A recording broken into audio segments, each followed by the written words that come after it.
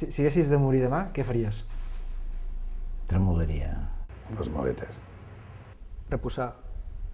Te li fot morir quan us toqui, Ui, m'emborratxaria. Que xerga faria. Em suïcidaria, mira que dic. Ho arrebentaria, em suïcidaria. Invitaria tots els meus amics a fotre un sopar per una cosa brutal. I no anar a dormir, evidentment, tota la nit de farra. Oh, carai, sí, miraria de fer un bon sopar. Un bon sopar. Per marxar a tipa. Clar que sí. Potser passaria el camí més bé, no? Bé, morir... Seria maco de morir en un llit, no? I ràpid. I després que em portessin una tassa de caldo, m'adormís i l'endemà ja no em despertés. Algo així. Com si una tassa de caldo fos part de l'estimació d'algú del que està malalt. Allò que la mare fa als fills. La tasseta de caldo, cuidado, Una mort senzilla, Una mort d'aquelles que ni te n'enteres i torarot tartana. El demà en sentit ampli sí, ja ho sé, que he de morir demà. No sé, aniré a fer una volta, no sé. El que estic fent ara, parlar amb tu. Què s'ha de fer abans de morir? No s'ha de fer res si ens estem morint a cada moment. Es dona massa importància a la mort. La mort és una cosa que arriba, de la mateixa manera que es neix. El que és més ben posat al món és perquè tothom ha de morir. Aquesta cosa ningú s'escapa. És el més ben posat que hi ha. Un dia, una vegada, un home deia que el que és veritat en aquest món és la mort i els impostos. L'altre tot diu és una mentida. Si és que... Mira com anem gornits. La mort és una lògica conclusió d'una temporada de vivències. A la gent li costa morir el cos, aguanta. La bèstia no vol morir, la vida, llavors quan parlen del trànsito, què coño trànsito? La vida no s'entrega a la mort, no vol, encara que ho volgués la persona, és el cos el que no vol morir.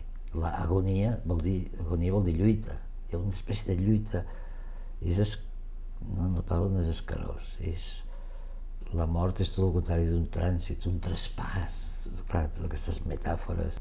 Hi ha això, hi ha el morir i la mort, que és si hi ha alguna continuïtat. Jo penso que no és versemblant que hi hagi alguna continuïtat, que no ho trobo versemblant, no ho sé, pot haver-hi, és tan estrany tot, que pot haver-hi un senyor que ha fabricat aquesta cosa i que va fer les glaciacions durant molts segles, perquè veiem aquests grans que tenien mala consciència i que lligaven amb el bidet, amb el romanticisme.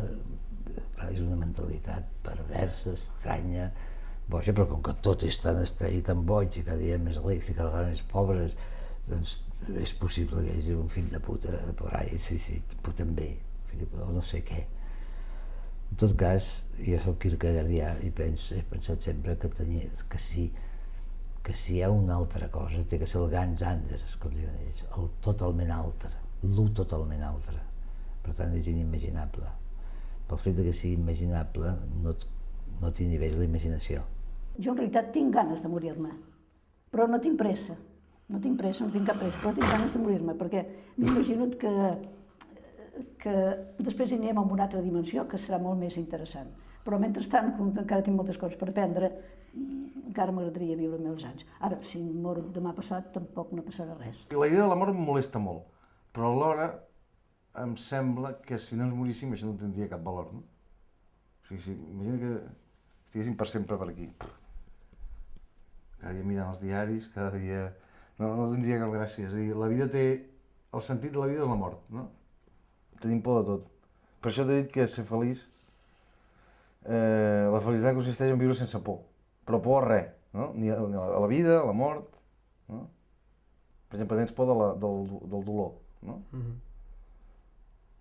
Però el dolor és una forma de la mort, no? La pitjor forma, segurament, de la mort. Segurament. La mort abans de morir, diguéssim. És que la mort se suposa que és el que hi ha després no se sap res. Després no. La por a la mort és el que ens fa creure que hi ha alguna cosa després de la mort, no? És veritat, possiblement. Perquè no... Quan desapareix el nostre cos i tal, no hi ha res, no pot haver-hi res. És una cosa terrorífica, no? Res, plaf.